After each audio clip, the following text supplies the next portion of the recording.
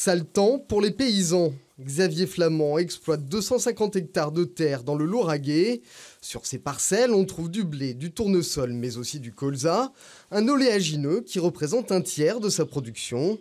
La perspective d'une arrivée massive d'huile de palme dans notre pays inquiète l'agriculteur tout particulièrement. On est dans une rentabilité très limitée déjà par le marché. Et si aujourd'hui on laisse faire ce que le gouvernement a décidé, je pense que c'est quelque part sonner la fin du colza. Pour ma part, ce sera sans doute la fin du colza. D'ici quelques semaines, Xavier moissonnera tout de même son colza.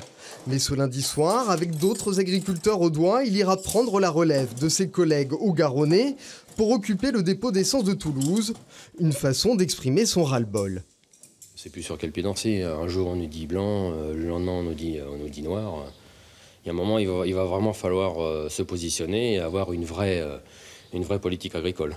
Aujourd'hui, c'est des décisions au jour le jour et puis on prend une décision et on verra demain ce que ça fera, quoi. Car il n'y a pas si longtemps, les biocarburants étaient considérés comme porteurs pour les agriculteurs. Et la filière du colza s'est considérablement développée. Aujourd'hui, les 2/3 de la production française sont utilisés dans les biocarburants. Mais dans ce domaine, comme dans d'autres secteurs agricoles, la concurrence étrangère menace de rompre l'équilibre.